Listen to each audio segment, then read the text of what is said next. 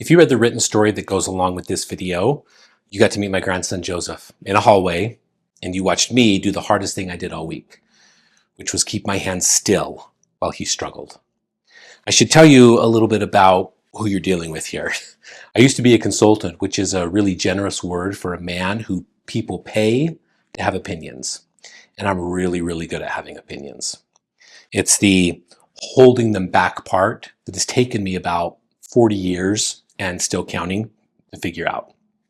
So me, of all people, keeping my hands still in that hallway wasn't a small thing. In fact, a year ago, I probably couldn't have done it. Now, two people taught me how, a client in my office and Joseph himself. And of course, the second one is the one that still gets to me over and over again. A while back, I was sitting with a business owner who I work with.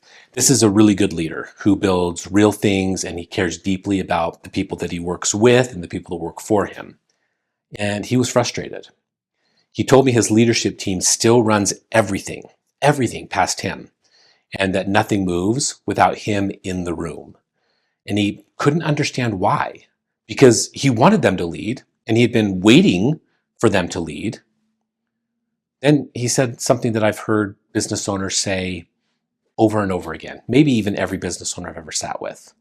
And he said, I have shown them how to do it a million times. Now, first off, nobody has shown anybody anything a million times. It's just something that we say because it feels true somewhere around hour 14 of the day.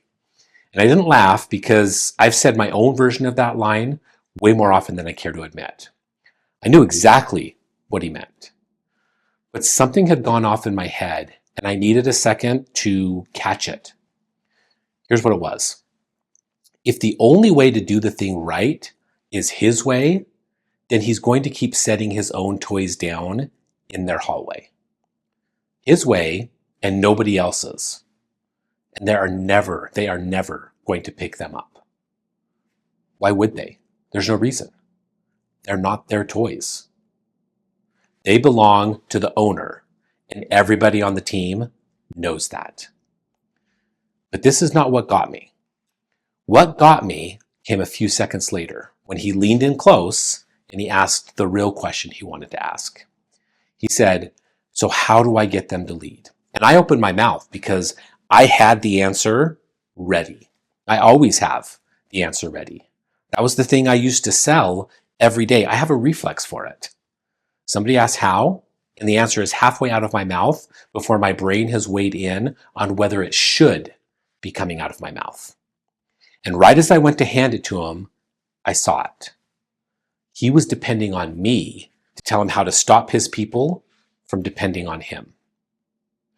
18 months I had been building everything I do around this one idea, that the answer to how is supposed to live inside the owner and not inside of me.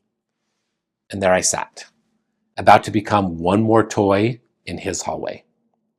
The first thing I felt was frustration with myself. In the blog, I tell you about the track that Joseph never thought to pick up. I have one too, and I've carried it for, probably all of my life. My track is the need to be needed, the pull to be the guy in the room with the answers. Because somewhere along the way, I learned to measure what I'm worth by how much people rely on me. If you want to know how deep it runs, I will tell you that a part of me enjoyed thinking about making this video. Because here I am, believing that somebody needs my answer about why we should stop giving people answers. You see the irony. I'm standing firmly inside of it. I am better at this than I used to be, which sounds like progress until you realize that I set that bar for myself very, very low, and then I cleared it very, very slowly. The version of this that is super hard for me to voice is that I'm nowhere near finished. Then after that experience, I went home and I saw the same thing in the one place that I didn't want to look. For almost a year, I'd been standing in front of rooms telling business owners to stop being the answer to everything. And somewhere in there, I had quietly taught my own grandson to depend on me in exactly the way I warned them against. I'm the one who's always with Joseph. I am his guy. He reaches for me over everyone else in the room. And I want to be clear with you. I have done absolutely nothing to discourage that because I'm not a strong enough man to do so. It lands somewhere in me that I do not fully understand and do not entirely want to fix. But I love it so much that I had lost the ability to tell the difference between helping him grow and helping him get through the day. I couldn't see anymore where I was building him up and where I was just making myself necessary. That's what I carried into the hallway that Friday that I talked about. So when he caught his foot on that track and every part of me wanted to reach down and clear it for him, I held still. Because a few days earlier, I had admitted to myself that my help is not always help. Here's what my fixing quietly costs the people I aim it at. It costs them their own growth and the freedom to lead the thing that they're responsible for. But more than that, it costs them the purest kind of leadership that there is. The kind that only shows up when a person finds the answer inside themselves instead of borrowing mine. When I solve it for you, I get to feel needed, and you get to stay right where you are. And we both walk away calling it help. It's the most generous looking thing I do, and on the wrong day, it's also the most selfish. The harder move, the one that I'm still learning, is to not answer. It's to lead a person somewhere quiet enough that they can finally hear themselves think. And then to trust that what they find in their own stillness beats anything that I would have handed them. Because it's theirs. And they found it in the chaos. So that's what I brought into the hallway with Joseph.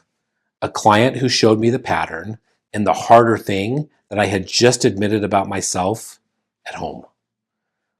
I had still because I had finally seen what it costs when I don't. The whole written story is right here on this page around this video. The track, the 5 minutes, the moment that he moved it himself. Go read it. And then look around your company.